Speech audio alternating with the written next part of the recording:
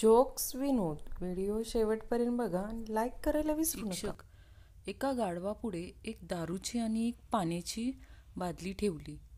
पण गाढव पाणीच प्याला तर सांगा, यापासून तुम्ही काय शिकलात चिंटू? जो दारू पित नाही तो गाढव असतो. वर्क फ्रॉम होमचा परिणाम. नवरा मुख्याध्यापक घरी बसून लॅपटॉपवर काम करत होता. बायको: काय हो, कुकर ठेवला होता गॅसवर, किती शिट्ट्या झाल्या? नवरा: आठवत नाही ग, लक्ष नव्हतं माझं. समोरून व्हिडिओ कॉलवर असलेले केंद्रप्रमुख: 3 झाल्या 3, मी ऐकल्या. मास्तर: सोन्या सांग की चंद्रावर पहिले पाऊल कोणी टाकले? सोन्या: नील आर्मस्ट्रॉंग. मास्तर: अगदी बरोबर. आणि दुसरे पाऊल कोणी टाकले? सोन्या: त्यानंच टाकला असेल की. हे काय लंगडं वाटलं वे तुम्हाला? मास्तरांनी खडू चावून खाल्ला.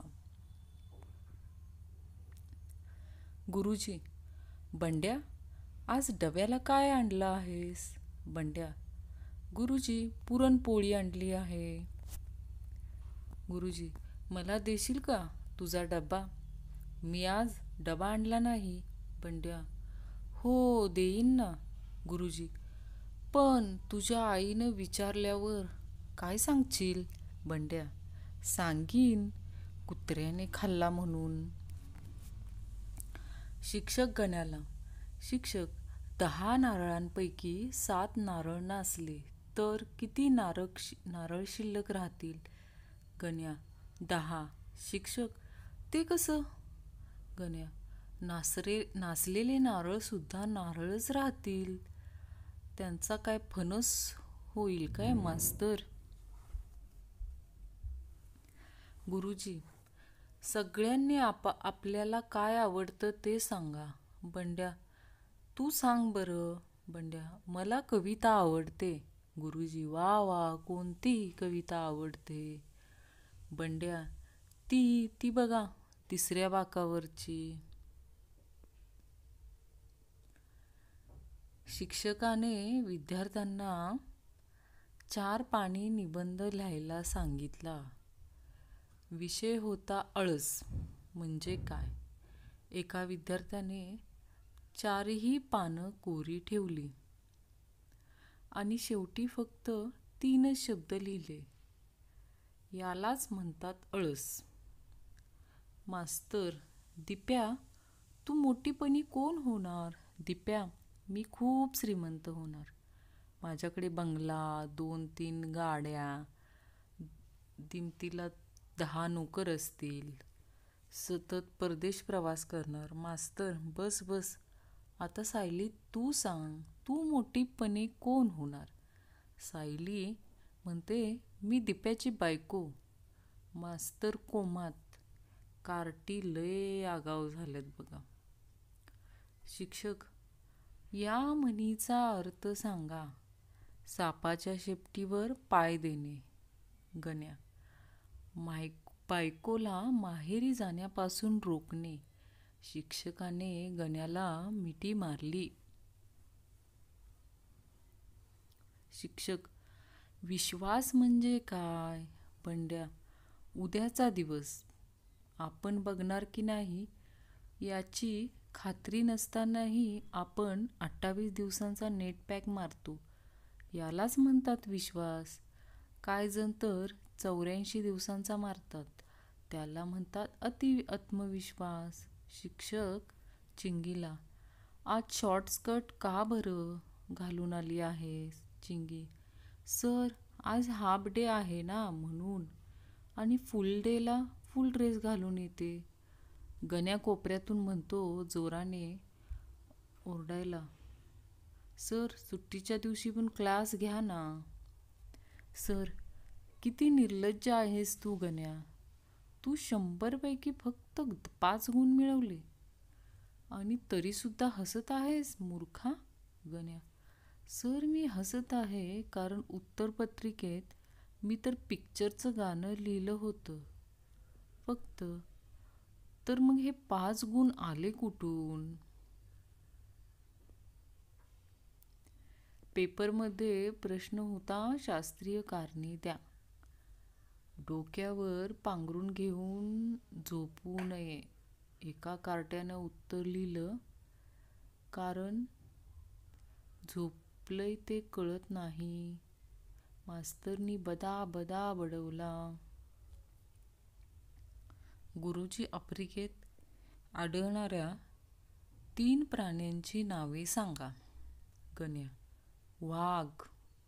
गुरुजी, अजून 2 प्राणी. गण्या, वाघाची आई आणि वाघाचे बाबा. मास्तर, कॉफी शॉप आणि वाईन शॉपमध्ये काय फरक आहे? विद्यार्थी, सोपा आहे सर. प्रेमाची सुरुवात कॉफी शॉपमध्ये होते आणि शेवट होतो वाईन शॉपमध्ये. मास्तर, मुलांनो, तुम्ही सर्वात जास्त राग कोणाचा येतो? बंड्या उठला आणि म्हणाला, राजा राम मोहन रॉय. मास्तर, का रे बंड्या? कारण त्यांनी बालविवाह बंद केला नसता तर आज आम्ही जोडीने शाळेत आलो असतो. शिक्षक, बंडू, हसता हसता रडण्याचं एखादं उदाहरण सांग. बंडू, माझा मोठा भाऊ स्टूलवर उभा राहून पंखा स्वच्छ करत होता. पाय निसटून तो खाली पडला. तेव्हा मी खूप हसलो. तसं त्याने मला जोरदार धपाडा मारला. तेव्हा मी रडायला लागलो. शाळेतल्या बाळूच्या प्रगतीवर वैतागून शाळेतले शिक्षक, बाळू, तुझं कोणतंही गणित कधीही बरोबर नसतं. इतिहासातही तू चुका करतोस. विज्ञानातही तू कच्चा आहेस. तुझ्या चुका कमी करायला खूप अभ्यास करावा लागणार. असंच चालू राहिलं तर तुला पास झाल्यावर नोकरी कोण देणार? बाळू, सर, मला पास झाल्यावर हवामान खात्यात नोकरी करायची आहे. विद्यार्थी, गुरुजी, तुम्ही आम्हाला असं रोज रोज का मारता हो? गुरुजी, माझं तुमच्यावर खूप प्रेम आहे म्हणून. विद्यार्थी, गुरुजी, आमचंही तुमच्यावर खूप प्रेम आहे, पण त्याचं आम्ही असं प्रदर्शन करत नाही.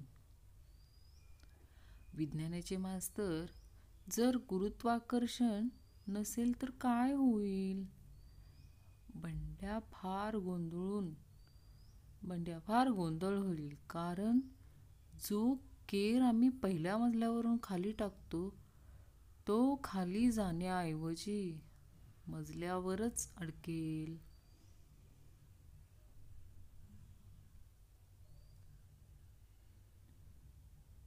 रम्या, गुरुजी, काल रात्री स्वप्नात मी अमेरिकेला गेलेलो. तिथून यायला उशीर झाला. शिक्षक, आणि चम्या, तुला का रे उशीर झाला? चम्या, सर, मी रम्याला आणायला एअरपोर्टवर गेलेलो. शिक्षक खामोश. रम्या, चम्या बेहोश.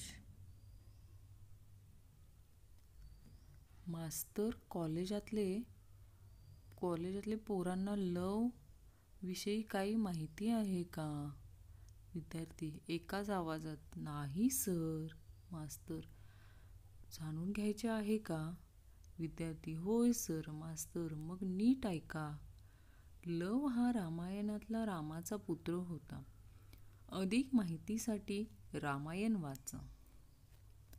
12वीचा अभ्यासक्रम पूर्ण झाल्यावर शिक्षक विद्यार्थ्यांना म्हणाले, आता परीक्षा जवळ आलेली आहे. सर्व अभ्यासक्रम शिकवून पूर्ण झालेला आहे. तरी सुद्धा ज्यांना काही प्रश्न वा शंका असतील तर त्यांनी विचारण्यास हरकत नाही. मागील बेंचवर बसलेला बाळू हात वर करून उभा राहिला आणि म्हणाला, सर, प्रश्नपत्रिका कोणत्या छापखान्यात छापायला दिल्या आहेत? बाई चिंटूला, तुमच्या घरात सगळ्यात लहान कोण आहे? चिंटू, माझे बाबा. बाई, का? चिंटू, कारण ते अजूनही आईजवळ झोपतात. बाई, चंप्या, तुला शाळेत यायला उशीर का झाला? चंप्या, बाई, मी मेलेल्या माणसाला पळताना पाहिलं. बाई, काय? हे कसं काय शक्य आहे? चंप्या, खरंच बाई, तुमचा विश्वास बसत नसेल तर चिंगीला विचारा. तिला सुद्धा उशीर होत होता. आम्ही दोघंही पळत होतो आणि पळता पळता पाहिलं की रस्त्यात एक माणूस मेलेला होता. टीचरनी विचारलं, बहुतांशी दाक्षिणात्य लोक काळे सावळे का असतात? नन्या उत्तरला, कारण ते लोक सनस्क्रीन लोशन न लावता सन टीव्ही, सूर्या टीव्ही आणि उदय टीव्ही पाहत असतात ना.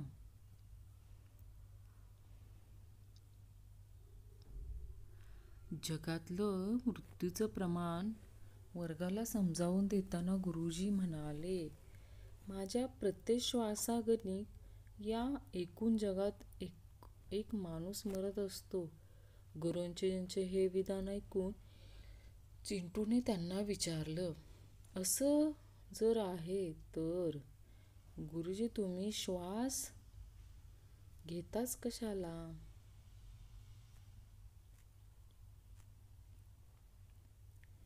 गुरुजींनी विचारलं, बाळांनो, कुणी मला योगाचे एक उदाहरण सांगाल का? मन्या उत्तरला, गुरुजी, ज्या तारखेला, ज्या वेळी आणि ज्या ठिकाणी माझ्या बाबांचं लग्न झालं, त्याच जागी त्याच वेळी माझ्या आईचंही लग्न झालं. काय विलक्षण योगायोग. गुरुजी, बंड्या, सांग बरं, शहामृगाची मान लांब का असते? बंड्या, गुरुजी, शहामृगाची शरीर व मस्तक यात फार अंतर असल्याने त्या दोघांना जोडण्यासाठी देवानी मान लांब केली आहे.